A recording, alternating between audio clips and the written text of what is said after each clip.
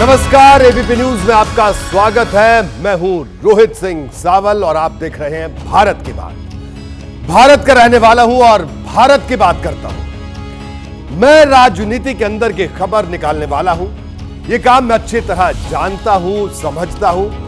मुझे पता है कि चुनाव में क्या हो रहा है, पर्दे के पीछे क्या चल रहा है। एबीपी न्यूज पर रोज रात 8 बजे मैं आपको यही दिखाता भी, लेकिन आज मैं आपको दो शहरों की हवा का हाल दिखाना चाहता हूं। ये दो शहर हैं दिल्ली और जयपुर। देखिए, दिल्ली का एयर क्वालिटी इंडेक्स यानी AQI 401 है। मतलब दिल्ली में हवा बहुत खराब है। ये दिल्ली का AQI लेवल मैं आपको दिखा रहा हूं, बहुत खराब हवा है। और जयपुर का AQI 281 है। मेरे इस तरफ आप देखिए जयपुर का AQI, मतलब जयपुर में भी हवा सही नहीं है, यह भी खराब स्तर पर है। अब आप सोच रहे होंगे कि मैं राजनीति की खबरों से हटकर अचानक प्रदूषण की खबरें क्यों दिखाने लगा। देखिए, दिल्ली और जयपुर की एयर क्वालिटी दिखाने का एक मकसद है। दरअसल कांग्रेस की सबसे सीनियर लीडर सोनिया गांधी कल दिल्ली से जयपुर चली गई और उनके वरिष्ठ सिपहसालारों ने, जो उनके बेहद करीबी सलाहकार भी हैं और उनके आसपास रहते भी हैं, उन्होंने ये ऑन रिकॉर्ड कहा कि दिल्ली की हवा खराब है, इसलिए हम मिसेस गांधी को जयपुर लेकर जा रहे हैं ताकि वो वहां की साफ हवा में कुछ दिन बिता सके। के दौरे का प्रयोजन तो प्राइवेट विजिट है सर, आप भी एयर पोल्यूशन है दिल्ली में, उसके लिए एयर पोल्यूशन है दिल्ली में, उसके लिए। तो इसके साथ ही कांग्रेस के सीनियर नेता जयराम रमेश का ट्वीट भी सामने आ गया, जिसमें उन्होंने क्या लिखा है मैं आपको यह भी दिखाता हूं। उन्होंने लिखा कि नई दिल्ली में वायु प्रदूषण के कारण कांग्रेस संसदीय दल की अध्यक्ष श्रीमती सोनिया गांधी अगले कुछ दिनों तक जयपुर में है। जब यह खबर आई तो मुझे कुछ खटका। मैंने चेक किया तो देखा कि जयपुर और दिल्ली की एयर क्वालिटी में कुछ ज्यादा फर्क नहीं है। वो चाहती तो किसी हिल स्टेशन पर भी जा सकती थी। विदेश क्यों, मिजोरम की राजधानी आइजोल में तो AQI सिर्फ 17 है, सांसों के लिहाज से सबसे बेहतर है। सोनिया गांधी वहां भी जा सकती थी। फिर उन्होंने स्वास्थ्य लाभ के लिए जयपुर को क्यों चुना? क्या सोनिया गांधी के जयपुर जाने के पीछे की कहानी कुछ और है? अगर कुछ और है तो क्या है? आपको याद दिला दूं कि कल इसी वक्त मैंने खबर दिखाई थी। वो खबर यह बता रही थी कि राजस्थान कांग्रेस में सब कुछ ठीक ठाक नहीं है। हमने कल वहां के कई नेताओं से बात करके अंदर की खबर निकालने की कोशिश की, वही खबर आपको दिखाई भी थी। एबीपी न्यूज पर हमारे खबर दिखाने के बाद कांग्रेस के सीनियर लीडर केसी वेणुगोपाल, जो दिल्ली से सोनिया गांधी के साथ ही जयपुर गए थे, उन्होंने राजस्थान में जीत का दावा ठोकते हुए एक्स पर एक फोटो पोस्ट की। इस फोटो में वैसे तो कांग्रेस के प्रदेश प्रभारी सुखजिंदर सिंह रंधावा और पार्टी के राष्ट्रीय महासचिव जितेंद्र सिंह अलवर भी हैं, लेकिन तीन जो सबसे खास चेहरे हैं उनमें अशोक गहलोत, सचिन पायलट और केसी वेणुगोपाल साफ नजर आ रहे हैं। केसी वेणुगोपाल के चेहरे पर मुस्कुराहट है और अब सचिन पायलट की तरफ वो देख रहे हैं। ये तस्वीर सामने आने के पहले की कहानी भी कम दिलचस्प नहीं है। क्या है वो कहानी? केसी वेणुगोपाल ने यह तस्वीर पोस्ट सुबह 7:48 पर की। सुबह 8:49 पर यानी 1 घंटे के बाद यही तस्वीर अशोक गहलोत ने पोस्ट की और करीब 1 घंटे के भीतर गहलोत के पोस्ट को सचिन पायलट ने रिपोस्ट कर दिया। इस तस्वीर को आप गौर से देखिए। ये वो तस्वीर है जो मैं आपको दिखा रहा हूं कि 1 घंटे के भीतर सचिन पायलट का रिपोस्ट भी हुआ।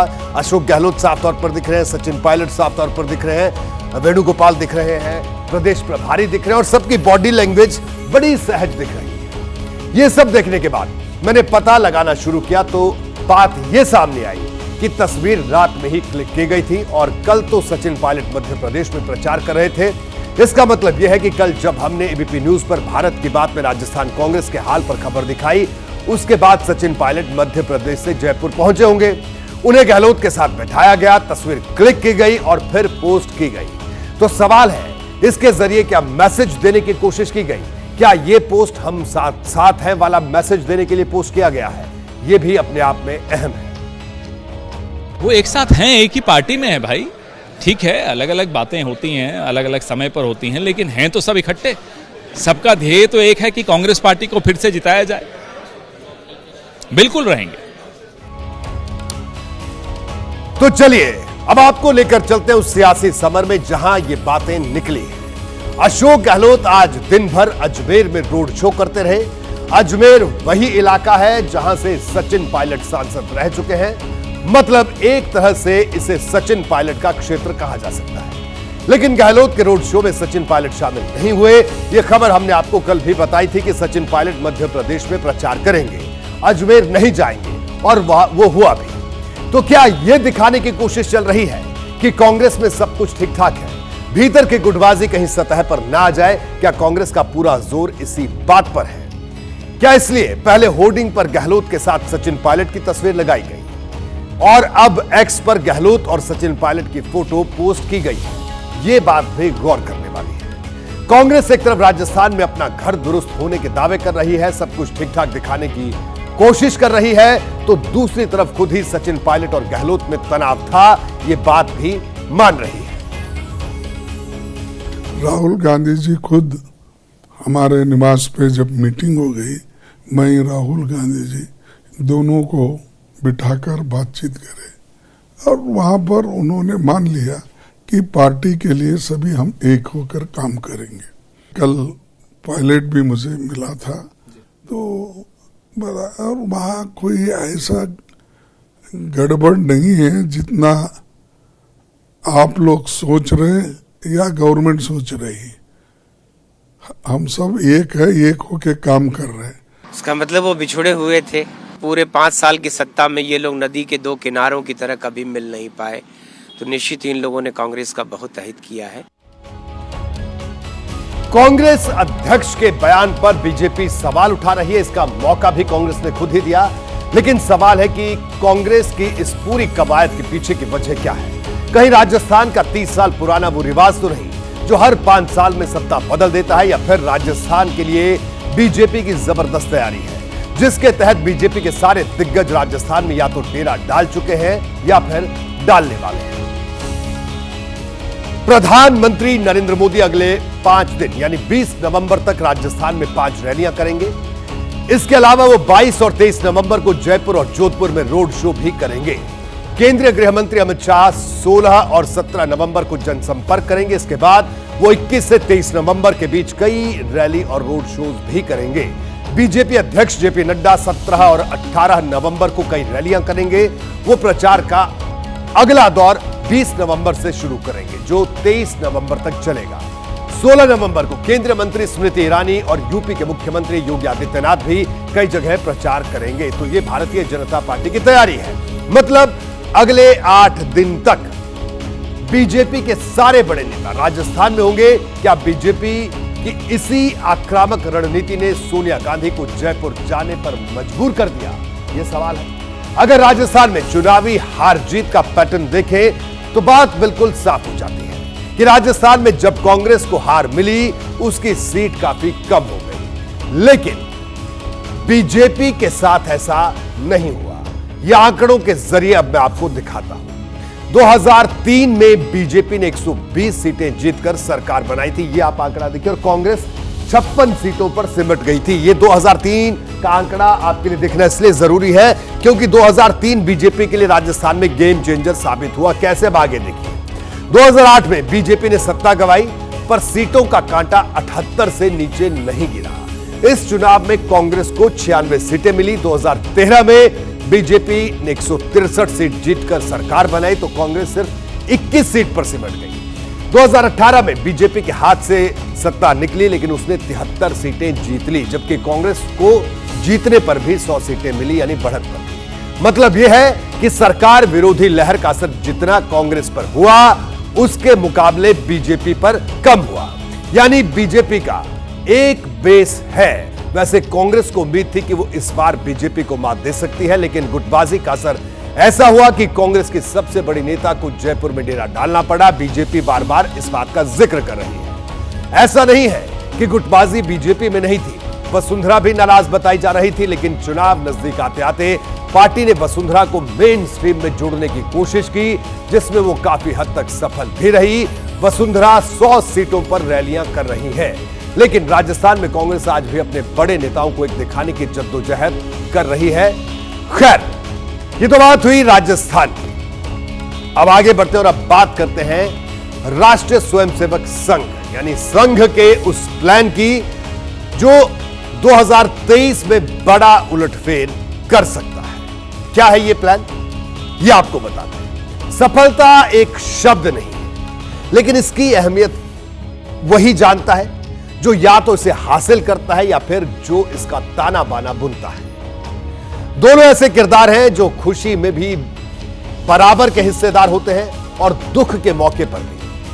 आप सोच रहे होंगे अभी चुनाव के नतीजे तो आए नहीं, फिर मैं आपको सफलता और असफलता का मतलब क्यों समझा रहा हूं। दरअसल इसके पीछे भी विधानसभा चुनाव से जुड़ी एक कहानी है। कहानी दिलचस्प है। मैं पिछले 10-15 दिनों से बीजेपी के बड़े नेताओं के चुनावी भाषणों को बड़े गौर से सुन रहा हूं। मध्य प्रदेश से छत्तीसगढ़ तक पीएम मोदी ने दर्जनों रैलियां की। अमित शाह और योगी आदित्यनाथ ने पूरी ताकत लगाई। बीजेपी के और भी कई बड़े नेताओं ने ताबड़तोड़ प्रचार किया।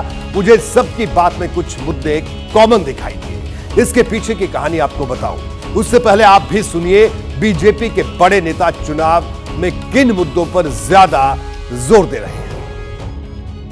भाजपा सरकार की योजनाओं के जो भी लाभार्थी हैं, उनमें से अधिकतर हमारे दलित, हमारे पिछड़े और हमारे आदिवासी परिवार है। ये भाजपा है जिन्होंने आदिवासियों का भविष्य सुनिश्चित किया। 3 दिसंबर को भाजपा सरकार बना दो। भाजपा मध्य प्रदेश सरकार सभी को बारी बारी फ्री ऑफ कॉस्ट अयोध्या में रामलल्ला का दर्शन करा देगी। राम मंदिर के निर्माण का कार्य कांग्रेस कर पाते क्या? भाइयों बहनों, जब इनको एक कर ही नहीं पाना है, हमारी आस्था को सम्मान नहीं दे पाना है, विकास नहीं कर पाना है, तो हम इनको चुने ही क्यों? देखिए, बीजेपी के इन बड़े नेताओं का बयान सुनने के बाद मुझे संघ के कोर इश्यूज की याद आई। फिर यह सवाल उठा कि इस विधानसभा चुनाव में संघ का बहुत ज्यादा जिक्र क्यों नहीं हो रहा है।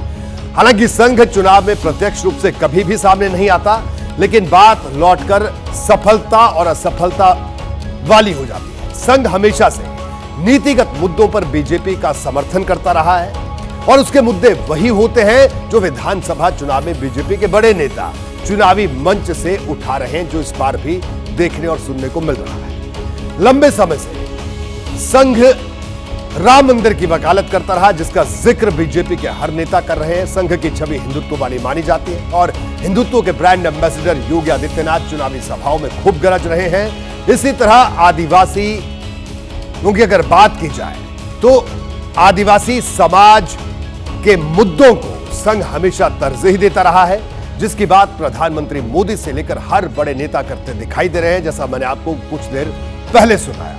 इसके अलावा कॉमन सिविल कोड भी संघ की तरफ से उठाया जाने वाला एक बड़ा मुद्दा है, जिसके बारे में कल हमने आपको विस्तार से बताया था कि कैसे उत्तराखंड में बहुत जल्द इसे कानून की शक्ल में लाया जा रहा है और चर्चा है कि केंद्र भी इस दिशा में धीरे धीरे कदम बढ़ा रहा है। यानी संघ जो चाहता है वो मुद्दे बखूबी उठाए जा रहे हैं, लेकिन सवाल उठता है संघ इस विधानसभा चुनाव को लेकर क्या सोच रहा है, खासकर हिंदी पट्टी के उन राज्यों के बारे में जहां मुकाबला इस बार कांटे का है। ऐसे कौन से डायरेक्शंस हैं जो पर्दे के पीछे से बीजेपी के बड़े नेताओं को दिए जा रहे हैं, यह सवाल रह रहकर उठ रहा है। इस बात से कोई इनकार नहीं कर सकता कि बीजेपी की सफलता के पीछे संघ की बड़ी भूमिका होती है। किसी राज्य में विधानसभा चुनाव हो या लोकसभा चुनाव, संघ के लाखों स्वयंसेवक पर्दे के पीछे अपने तरीके से दिन रात जमीनी स्तर पर काम करते हैं। इसके साथ ही संघ के अलग अलग आनुषांगिक संगठनों की तरफ से गांव में किए जा रहे कामों का फायदा भी बीजेपी को मिल रहा है और उसी तरह की जमीन हिंदी पट्टी के इन 3 राज्यों में भी तैयार की जा रही है, जहां भी विधानसभा चुनाव हो रहे हैं। किसी भी शरीर को खड़ा करने के लिए जो महत्ता रीढ़ की होती है, तो वही महत्ता भारतीय जनता पार्टी के इस पूरे संगठन में रीढ़ की तरह पूरे शरीर को, पूरे संगठन को खड़ा करने का काम संघ के द्वारा किया जाता है। संघ एक ऐसा संगठन है जो निस्वार्थ रूप से देश के लिए, राष्ट्रहित के लिए अपना सर्वस्व कुर्बान करने वाले, यही भारतीय जनता पार्टी दुनिया में दूसरे दलों से 20 होती है कि उसके पास ऐसे लोग हैं जो अपना संपूर्ण सर्वस्व न्यौछावर करते हैं। कहा भी जाता है आम चर्चा में कि संघ नहीं तो बीजेपी नहीं। चुनाव में संघ की मेहनत और सक्रियता को देखकर यह बात जायज भी लगती है जब से विधानसभा चुनाव का माहौल बना है। संघ वक्त वक्त पर अपने सुझाव दे रहा है। उदाहरण के तौर पर राजस्थान की बात कर लेते हैं। अक्टूबर के महीने में बीएल संतोष राजस्थान पहुंचे थे। जयपुर में उन्होंने बैठक ली। इस बैठक में प्रदेश बीजेपी के कुछ नेता भी शामिल थे। बैठक में चुनावी मुद्दों और चुनाव लड़ने की तैयारी पर लंबी बातचीत हुई। 3 केंद्रीय नेताओं को संघ से बातचीत की जिम्मेदारी सौंपी गई। संघ में एक चीज कहते हैं, संघ राजनीति नहीं करेगा लेकिन स्वयंसेवक राजनीति नहीं छोड़ेगा।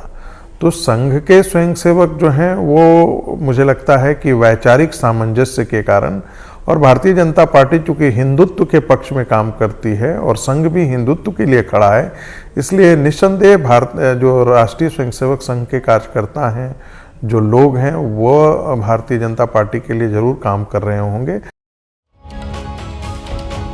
माना जा रहा है कि बीजेपी ने अगर सामूहिक नेतृत्व में चुनाव लड़ने की बात कही तो इसके पीछे भी संघ की रणनीति है। सामूहिक नेतृत्व में लड़ने का एक फायदा यह भी है कि सारे बड़े नेता एकजुट रहेंगे और स्थानीय स्तर पर मनमुटाव की जो खबरें थी वो खबरें भी दूर हो जाएंगी। राजस्थान के बाद अब मध्य प्रदेश में संघ की सक्रियता आपको बता देते हैं। रूठे कार्यकर्ताओं को मनाने के लिए बाकायदा वरिष्ठ नेताओं की टीम बनाई गई।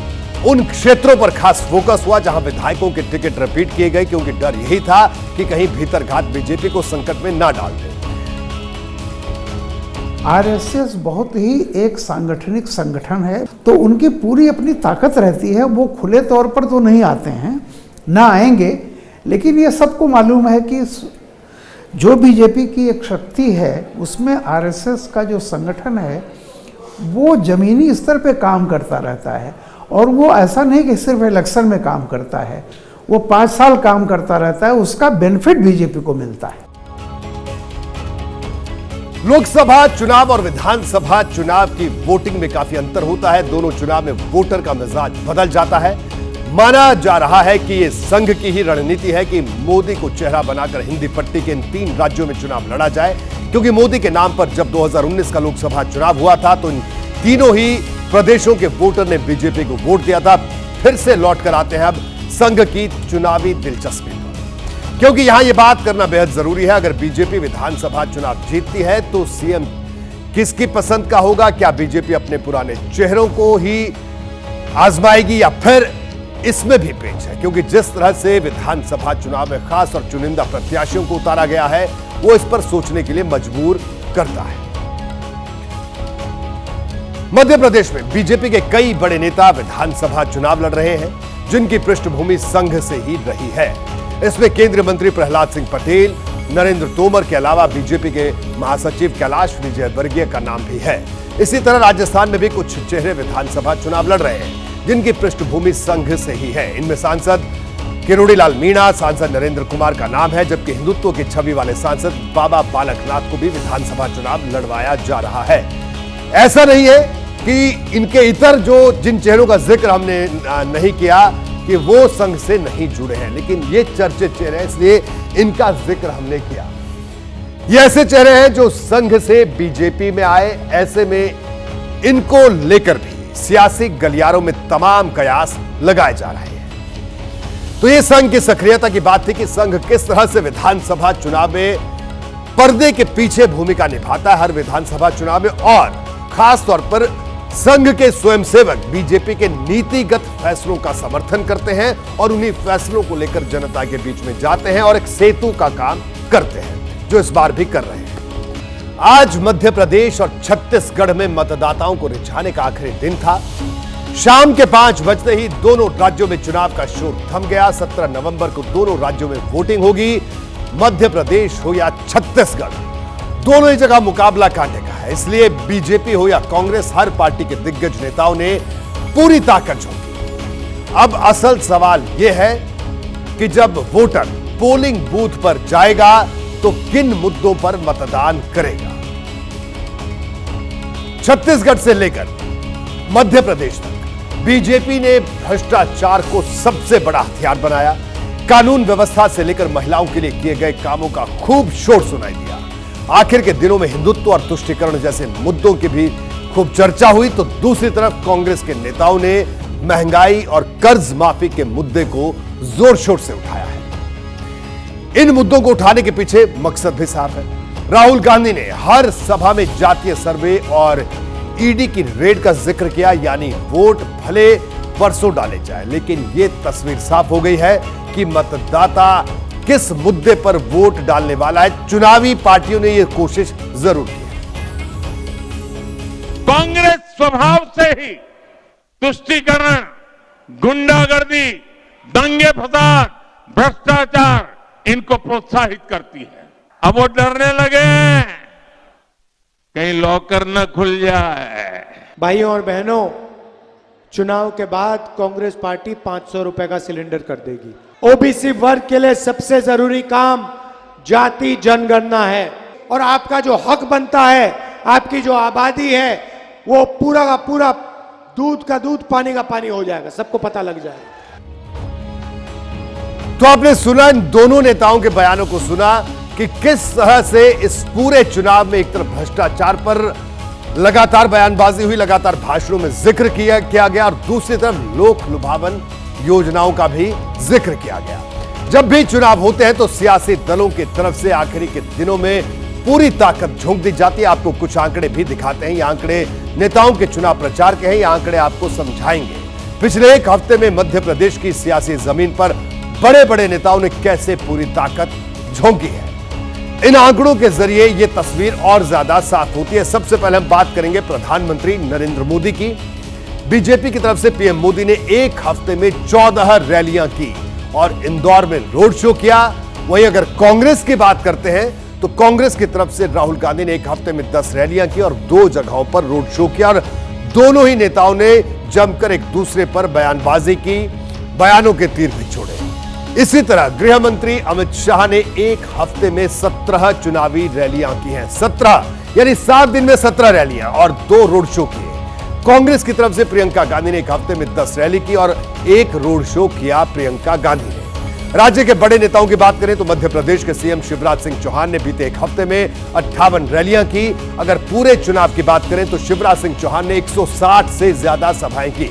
इसी तरह अगर कमलनाथ की बात करें तो उन्होंने एक हफ्ते में 58 जगहों पर चुनाव प्रचार किया और पूरे चुनाव में 114 से ज्यादा सभाएं की कमलनाथ ने। ये दोनों नेताओं की तुलना थी। बहुत से वोटर ऐसे होते हैं जो पहले ही अपना मन बनाकर रखते हैं, जबकि ऐसे वोटर्स की संख्या भी बहुत ज्यादा होती है जो चुनाव के करीब आने पर कोई फैसला लेते हैं। इन्हीं वोटर्स को साइलेंट वोटर्स कहा जाता है, और ऐसे ही वोटर चुनावी हार जीत में सबसे ज्यादा अहम भूमिका निभाते हैं। और इस चुनाव पे भी दोनों सियासी पार्टियों की जो धुकधुकी बढ़ाने वाला फैक्टर है वो यही वोटर है, क्योंकि साइलेंट वोटर, खासतौर पर मध्य प्रदेश की अगर हम बात करें तो मध्य प्रदेश में और छत्तीसगढ़ दोनों ही प्रदेशों में जिन सीटों पर कांटे की टक्कर है, जिन सीटों पर त्रिकोणीय मुकाबला है, उन सीटों पर वोटर साइलेंट है। और ये साइलेंट वोटर किस तरफ जाएगा, जाहिर सी बात है हार जीत उन्हीं से तय होगी। दोनों पार्टियों ने जोर पूरा लगाया है। वहीं प्रचार की बात हमने आपको बताई, और आखिरी दौर के प्रचार में भी दोनों पार्टियों ने पूरा जोर लगाया।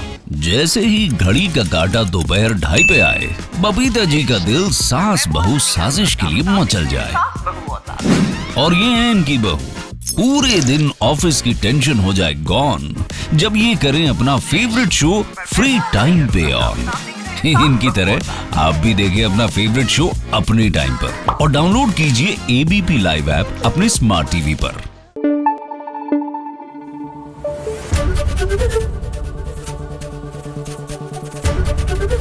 एबीपी न्यूज आपको रखे आगे।